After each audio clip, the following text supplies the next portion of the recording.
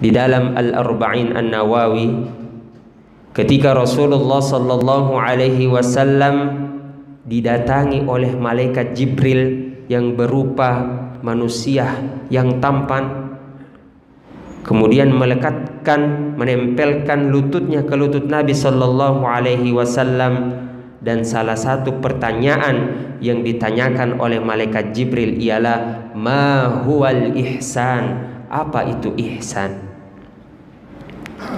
Nabi sallallahu alaihi wasallam menjawab, an ta'budallah ka'annaka tarah, fa in lam takun tarah fa innahu yarak. Engkau menyembah kepada Allah, engkau beribadah kepada Allah Subhanahu wa ta'ala seakan-akan engkau melihatnya. Walaupun engkau tidak melihatnya, maka tanamkanlah dalam dirimu bahwasanya Allah Subhanahu wa ta'ala melihat kamu.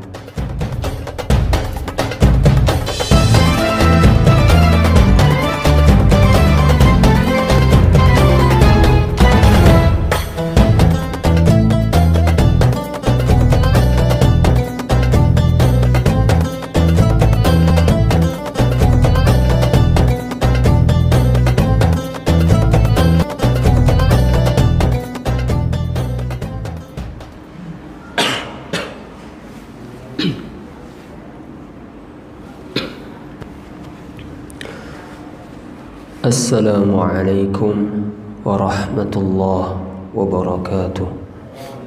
Alhamdulillahi ala ihsanih, wasyukru lahu ala taufiqih wa amtinanih.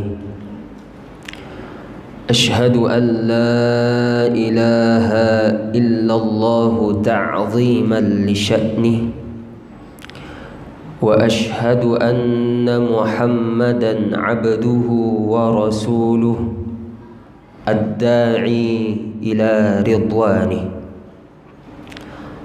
اللهم صل وسلم وبارك على سيدنا محمد وعلى آله وصحبه ومن اتبع هداه إلى يوم الدين.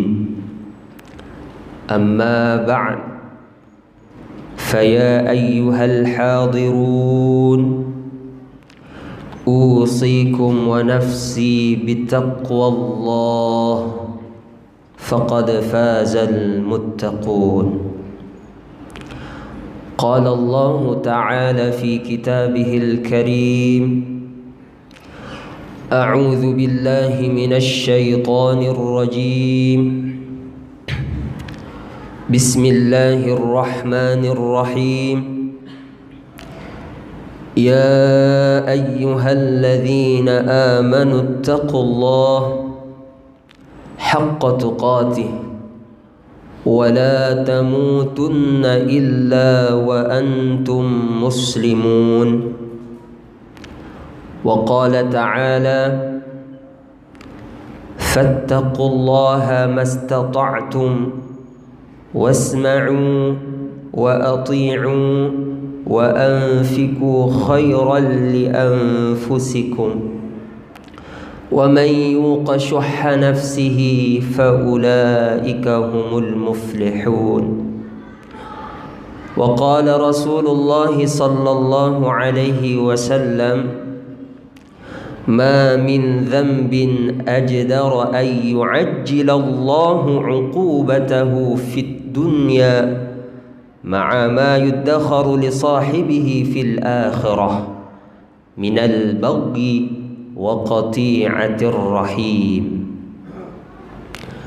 Bapak, sahabat, saudara, jamaah masjid yang dirahmati Allah Subhanahu wa ta'ala, kalau kita memperhatikan ayat-ayat Allah, ayat-ayat Al-Quran, ada di antara beberapa ayat tersebut memiliki keistimewaan. Beberapa ayat memiliki julukan Ada yang disebut dengan ayat yang paling agung, yaitu surah Al-Baqarah ayat 255 yang biasa kita sebut dengan ayat kursi. Ada ayat yang dijuluki dengan ayat yang paling memberikan ketenangan, ayat yang paling memberikan harapan. Surah Al-Ahzab ayat 53. Ada juga ayat yang dijuluki sebagai ayat yang paling kompleks. Kenapa dikatakan ayat yang paling kompleks? Karena kesimpulan dari seluruh ajaran Islam tercermin pada ayat tersebut. Ayat ini sering sekali kita dengar di khutbah Jumat. Akan tetapi pertanyaannya, apakah kita sudah membaca ayat tersebut? Apakah kita sudah mentadabburi ayat tersebut? Apakah kita sudah memperhatikan ayat tersebut? Ayatnya adalah surah An-Nahl ayat 90. Allah Subhanahu wa ta'ala berfirman, Innallaha ya'muru bil 'adli wal ihsan wa ita'i dzil qurba wa yanha 'anil fahsya'i wal munkari wal baghi ya'idzukum la'allakum tadhakkarun. Jamaah yang dirahmati Allah Subhanahu wa ta'ala, insyaallah pada khutbah Jumat yang singkat ini kita akan mentadabburi ayat tersebut. Innallaha ya'muru bil 'adl. Sesungguhnya Allah Subhanahu wa ta'ala memerintahkan kepada kita agar berlaku adil. Menurut para ulama, adil adalah menempatkan sesuatu pada tempatnya. Jangan kita memperlakukan manusia sebagaimana kita memperlakukan Tuhan. Jangan kita memperlakukan Tuhan sebagaimana kita memperlakukan manusia. Kadang karena harta, jabatan, dan lain sebagainya, kita memperlakukan manusia sebagaimana kita memperlakukan Tuhan. Begitu juga bagaimana Fir'aun laknatullah yang merasa dirinya, kekuasaannya, hartanya, merasa bahwa dirinya adalah Tuhan. Faqala ana rabbukumul a'la. Dia mengatakan bahwasanya akulah Tuhanmu yang paling tinggi. Adil juga ialah tidak memberi kepada sesuatu yang tidak wajar. Kalau kita berikan senjata kepada anak kecil, bisa jadi senjata itu melukai dirinya atau melukai orang lain. Itulah yang dinamakan menempatkan sesuatu pada tempatnya. Adil juga menurut para ulama ialah menyampaikan hak, menyampaikan milik orang lain dengan cara secepat mungkin. Kalau kita pergi ke kantor kelurahan, mengurus kartu keluarga, KTP dan lain sebagainya, ketika hari itu sudah bisa diberikan, akan tetapi ditunda 3 hari, 7 hari, sebulan, maka itu yang dinamakan tidak adil. Jadi berikanlah hak milik orang lain secepat mungkin. Adil juga di dalam suatu hadis yang diriwayatkan oleh Ibnu Abbas, adil yang dimaksud pada ayat ini ialah tauhid, yaitu beribadah hanya kepada Allah Subhanahu wa ta'ala. Jemaah yang dirahmati Allah, setelah Allah memerintahkan kita agar berlaku adil, Allah juga menyuruh kita agar berlaku ihsan. Di dalam Al-Arba'in An-Nawawi, ketika Rasulullah sallallahu alaihi wasallam didatangi oleh malaikat Jibril yang berupa manusia yang tampan, kemudian menempelkan lututnya ke lutut Nabi sallallahu alaihi wasallam, dan salah satu pertanyaan yang ditanyakan oleh malaikat Jibril ialah ma huwal ihsan, apa itu ihsan? Nabi sallallahu alaihi wasallam menjawab, an ta'budallah ka'annaka tarah, fa in lam takun tarah fa innahu yarak. Engkau menyembah kepada Allah, engkau beribadah kepada Allah Subhanahu wa ta'ala seakan-akan engkau melihatnya. Walaupun engkau tidak melihatnya, maka tanamkanlah dalam dirimu bahwasanya Allah Subhanahu wa ta'ala melihat kamu. Kalau ada pembantu, ada pegawai yang tidak diawasi oleh majikannya, tidak diawasi oleh bosnya, bisa jadi kerjaannya asal jadi, ya, sembarangan.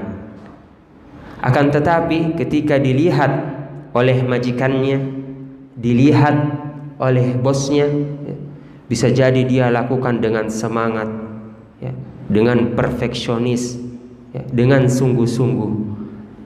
Apa artinya? Tanamkanlah dalam diri kita, terutama ketika kita beribadah kepada Allah Subhanahu wa ta'ala, bahwasanya Allah selalu melihat kita, Allah mengawasi kita. Maka lakukanlah segala ibadah dengan penuh kekhusyuan. Ihsan menurut para ulama ialah memberikan kebutuhan kepada orang lain lebih daripada yang ia butuh. Kalau ada seseorang membutuhkan satu pakaian, kemudian kita memberikan satu pakaian, maka itu dinamakan adil. Akan tetapi ketika kita memberikan dua pakaian atau lebih, itulah yang dinamakan dengan ihsan. Ihsan juga ialah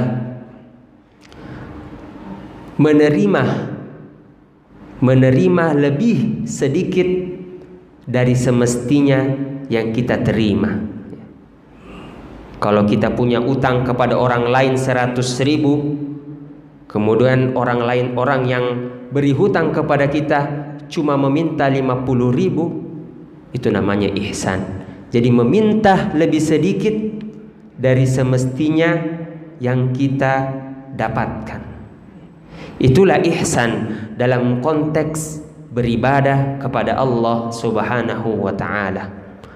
Lantas bagaimana konteks ihsan dalam sesama manusia?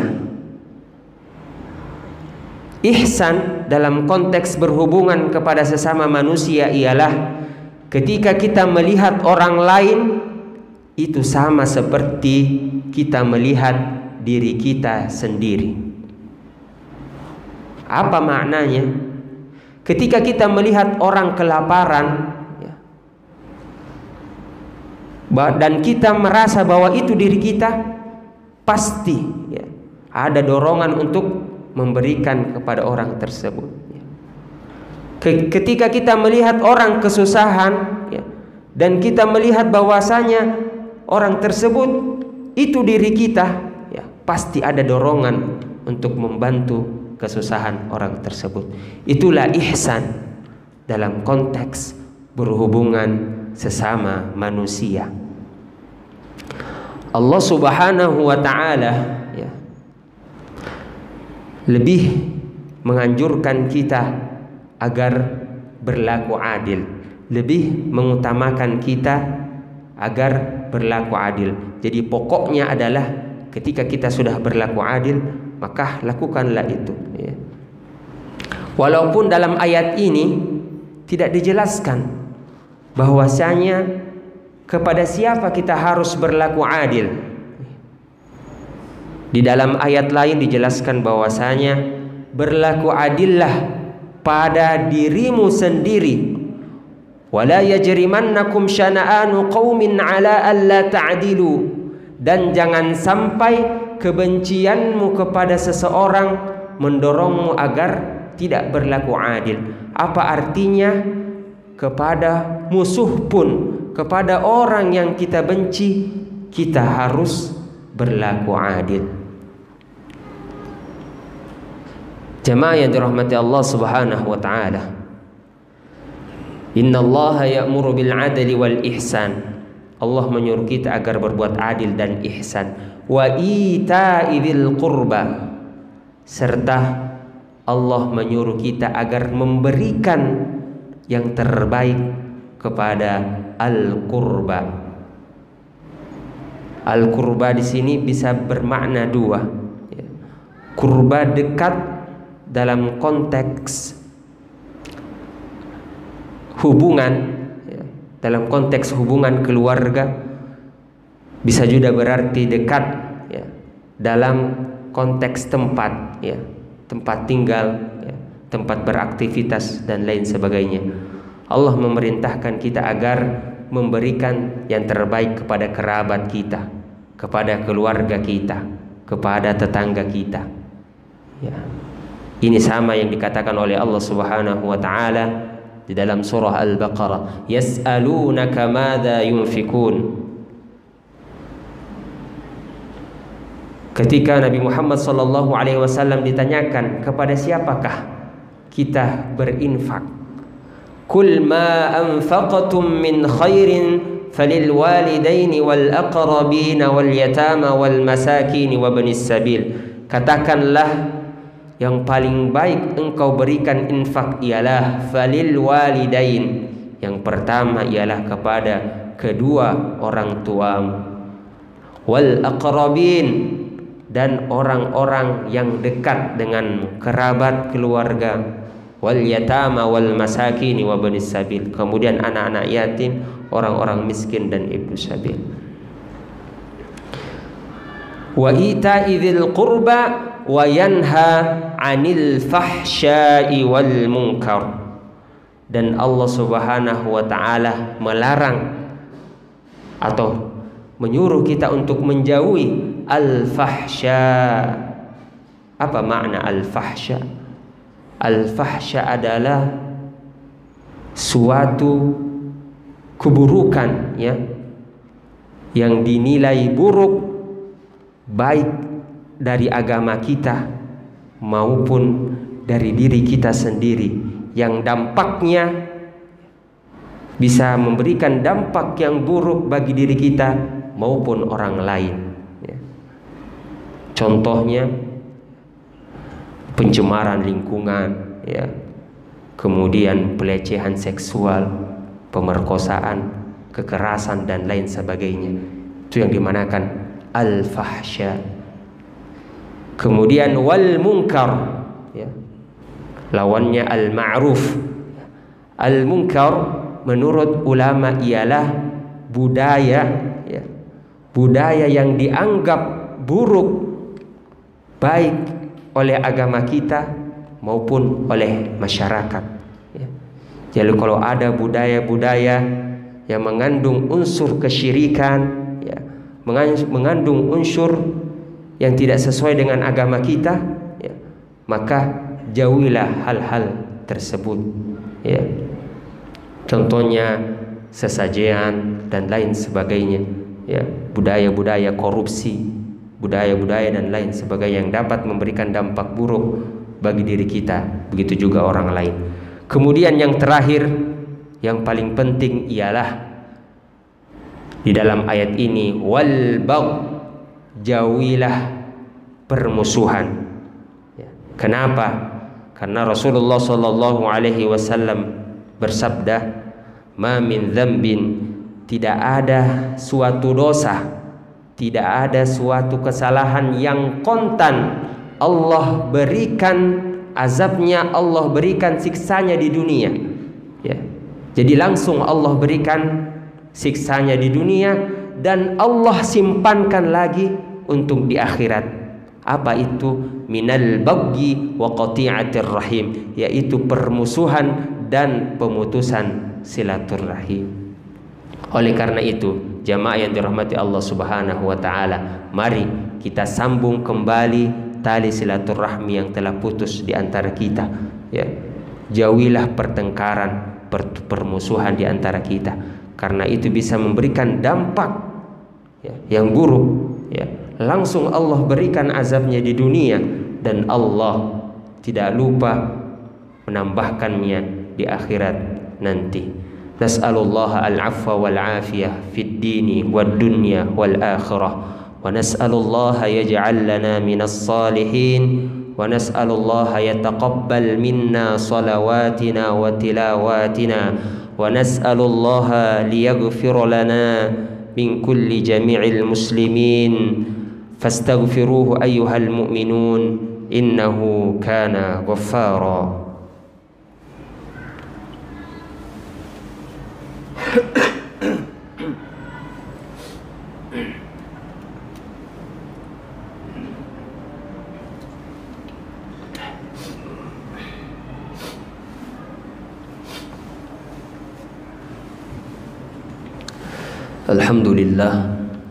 الحمد لله وكفى وأصلي وأسلم على سيدنا محمد المصطفى وعلى آله وأصحابه أهل الوفاء.